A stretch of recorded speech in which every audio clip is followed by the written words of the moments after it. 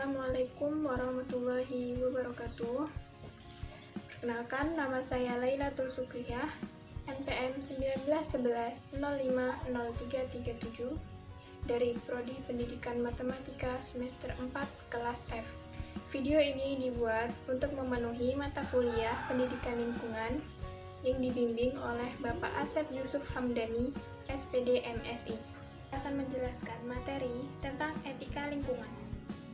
Yang pertama adalah pengertian etika lingkungan. Secara etimologi, etika berasal dari bahasa Yunani yaitu ethos, yang berarti adat istiadat atau kebiasaan. Etika lingkungan merupakan kebijaksanaan moral manusia dalam bergaul dengan lingkungannya. Etika lingkungan diperlukan agar setiap kegiatan yang menyangkut lingkungan dipertimbangkan secara cermat, sehingga keseimbangan lingkungan tetap terjaga. Etika lingkungan adalah pedoman tentang cara berpikir, bersikap, dan bertindak yang berlandaskan nilai-nilai positif guna mempertahankan fungsi dan kelestarian lingkungan.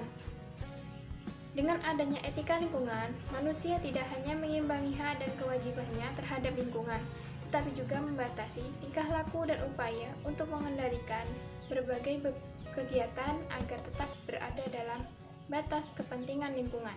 Yang kedua adalah teori etika lingkungan.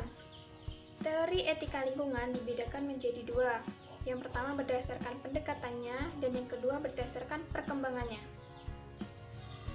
Teori etika lingkungan berdasarkan pendekatannya dibagi menjadi tiga. Yang pertama, the instrumental approach.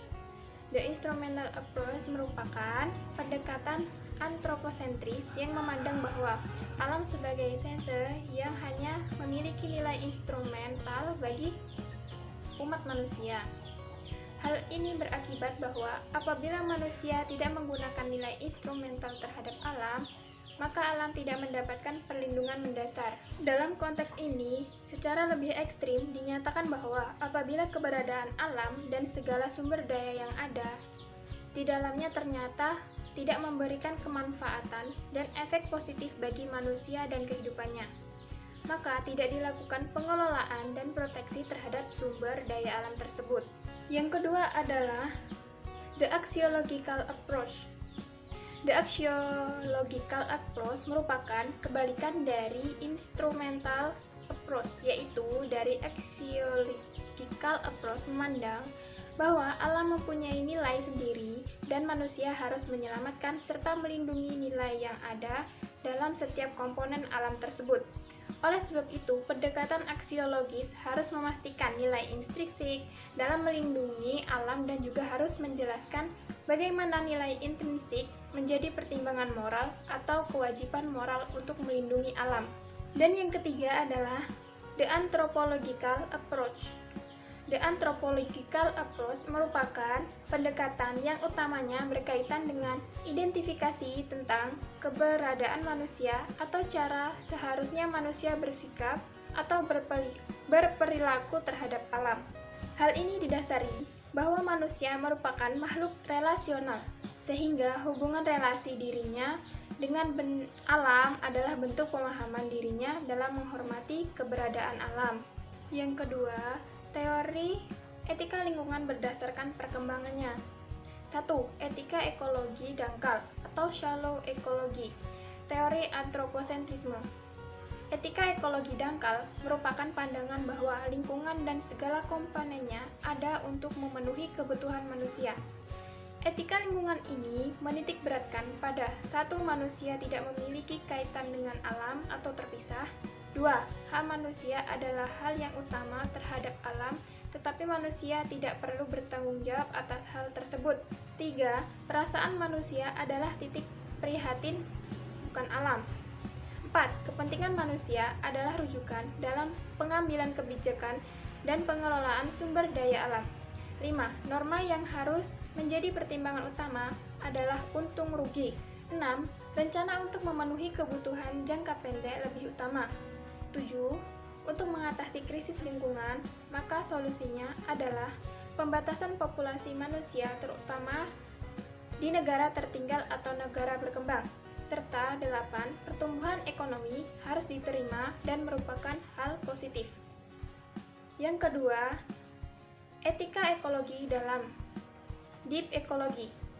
Etika ekologi dalam adalah pendekatan terhadap lingkungan yang melihat pentingnya memahami lingkungan sebagai keseluruhan kehidupan yang saling menopang sehingga semua unsur mempunyai arti dan makna yang sama. Etika ekologi ini memiliki prinsip, yaitu bahwa semua bentuk kehidupan memiliki nilai bawaan dan karena itu memiliki hak untuk menuntut penghargaan karena harga diri, hak untuk hidup, dan hak untuk berkembang. Yang ketiga adalah paham ekologi sosial. Menurut pandangan ekofilosofis, keterkaitan antara manusia dan lingkungan sehingga membentuk suatu jalinan atau hubungan adalah sebuah keniscayaan yang tidak mungkin terelakkan. Ekologi sosial merupakan subkajian ekologi yang fokus mempelajari hubungan penduduk dengan lingkungan alam, teknologi, dan masyarakat manusia. Ekologi sosial secara spesifik ada yang menekankan pada struktur dari interkota. Cara bagian-bagian kota berfungsi satu sama lain seperti pemukiman, pelayanan, kebudayaan, dan segala bentuk interaksi di bagian-bagian kota. Contoh sistem ekologi sosial adalah agrosistem, sistem hutan, sistem perairan laut, dan pesisir, serta sistem perairan air tawar. Yang ketiga adalah prinsip-prinsip etika lingkungan. Prinsip-prinsip etika lingkungan merupakan sikap-sikap yang harus dijaga dan juga dilakukan oleh manusia dalam kaitannya berperilaku terhadap alam. Yang pertama, sikap hormat terhadap alam atau respect for nature. Hormat terhadap alam merupakan suatu prinsip dasar bagi manusia sebagai bagian dari alam semesta. Yang kedua, prinsip tanggung jawab atau moral responsibility for nature. Manusia sebagai bagian dari alam semesta bertanggung jawab pula untuk menjaganya. Yang ketiga, solidaritas kosmis atau cosmic solidarity. Kenyataan ini membangkitkan dalam diri manusia perasaan solidar, perasaan sepenanggungan dengan alam dan dengan sesama makhluk hidup lain. Dan yang keempat, prinsip kasih sayang dan kepedulian terhadap alam atau caring for nature. Yang kelima, tidak merugikan. Yang keenam, hidup sederhana dan selaras dengan alam. Dan yang ketujuh, keadilan. Yang kedelapan, demokrasi. Yang kesembilan, integritas moral. Prinsip ini terutama ditujukan kepada pejabat publik agar memiliki sikap dan perilaku yang hormat, serta memegang teguh prinsip-prinsip moral yang mengamankan kepentingan publik. Yang keempat adalah unsur-unsur etika lingkungan. Ada dua unsur utama dalam mengusahakan etika lingkungan hidup, yaitu yang pertama, etika ekologi, yaitu menyadarkan bahwa manusia bukanlah penguasa alam. Dan yang kedua, etika konservasi, sumber daya yang bisa habis mengacu pada penghematan sumber daya alam untuk digunakan di masa mendatang. Di sini mempertimbangkan kepentingan generasi yang akan datang. Dan yang kelima adalah tujuan etika lingkungan. 1.